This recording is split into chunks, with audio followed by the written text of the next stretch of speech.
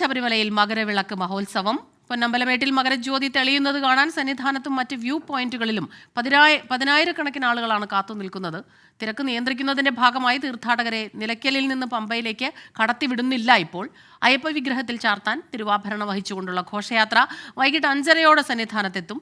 തീർത്ഥാടകർ സുരക്ഷാ നിർദ്ദേശങ്ങളെല്ലാം തന്നെ പാലിക്കണമെന്ന് തന്ത്രി കണ്ഠരര് മഹേഷ് മോഹനര് പറഞ്ഞു. മകരവിളക്കും പൊങ്കലും പ്രമാണിച്ച് സംസ്ഥാനത്ത് 6 ജില്ലകളിൽ സർക്കാർ ഓഫീസുകൾക്കും വിദ്യാഭ്യാസ സ്ഥാപനങ്ങൾക്കും ഇന്ന് അവധി.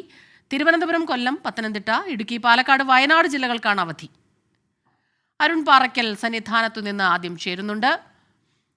ടോബി ജോൺസൺ ഉണ്ട് പാഞ്ചാലിമേട്ടിൽ നിന്ന്. അരുൺ പാറയ്ക്കലിലേക്കാണ് ആദ്യം പോകുന്നത്.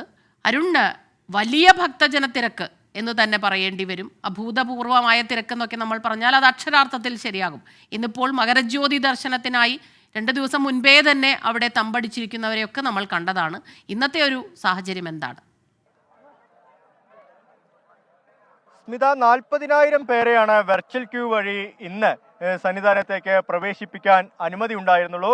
പക്ഷേ ഇന്ന് രാവിലെ മുതൽ നല്ല തിരക്ക് 18ാം പടി കയറുന്ന തീർത്ഥാടകരുടെ എണ്ണത്തിലുണ്ടായിരുന്നു എന്ന് വേണം പറയാൻ. 4500ഓളം ആളുകൾ 18ാം പടി 1 മണിക്കൂറിൽ കയറുന്ന ഒരു സാഹചര്യം ഉണ്ടായിരുന്നു.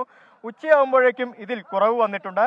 എന്തായാലും 40,000ഓളം തീർത്ഥാടകർ സന്നിധാനത്തേക്ക് എത്തിയിട്ടില്ല. പക്ഷേ ഈ പാണ്ടിത്താവളം ഉൾപ്പെടെയുള്ള 10 വ്യൂ പോയിന്റുകളിൽ അവിടെ കഴിഞ്ഞ 3 ദിവസങ്ങളായി ഇവിടെ പർണശാലകൾ കെട്ടി തമ്പടിച്ചിരിക്കുന്ന തീർത്ഥാടകരുടെ എണ്ണം നമുക്ക് ആ ദൃശ്യങ്ങളിൽ കാണാവുന്ന പോലെ തന്നെ വളരെയധികം വലുതാണ്.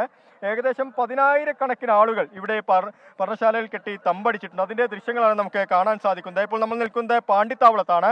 ഇവിടെ 3 ദിവസം മുൻപ് തന്നെ ഇത്തരത്തിലുള്ള ടെന്റുകളൊക്കെ തീർത്ഥാടകർ കെട്ടി ഇവിടെ താമസിക്കുന്ന ഒരു സാഹചര്യമുണ്ട്. ഇവിടെ നിന്നാണ് ഒരു വ്യൂ പോയിന്റ്. ഇവിടെ നിന്നാണ് ഇന്ന് വൈകുന്നേരത്തോടു കൂടി ദീപാരാധനയ്ക്ക് ശേഷം ഈ മകരജ്യോതി ദർശിക്കാൻ വേണ്ടിയാണ് ഈ ഭക്തജനങ്ങൾ.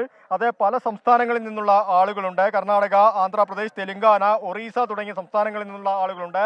കേരളത്തിന്റെ വിവിധ ജില്ലകളിൽ നിന്നുള്ള ആളുകളുണ്ട്. ഇപ്പോൾ ഒരു തീർത്ഥാടകൻ നമുക്കൊപ്പം ചേരുകയാണ്. സ്വാമി, എവിടെ നിന്നാ വന്നേ? ഞാൻ വയനാട് വൈത്തിരി പൊഴുതണ. ഈ പ്രാവശ്യം നല്ല ഭക്തജനങ്ങൾ കൂടുതലാണ്. അപ്പം അതോടുകൂടി തിരക്കും കൂടി വരികയാണ്. എല്ലാ വർഷവും വരാറുണ്ടോ? എങ്ങനെയാണ് അനുഭവം? ആ കൊല്ലത്തിൽ എല്ലാ വർഷവും വരാറുണ്ട്. അപ്പം ഈ പ്രാവശ്യം ഒന്നും കൂടി കൂടുതലാണ്. ഈ മകരവിളക്കിന് തന്നെയാണോ എല്ലാ വർഷവും വരാറ്? അതെ, വിളക്കിന് തന്നെയാണ് എല്ലാ വർഷവും വരല്. തവണ തീർത്ഥാടകരുടെ എണ്ണം കൂടിയ പോലെ ബുദ്ധിമുട്ടുകൾ ഉണ്ടായിരുന്നോ?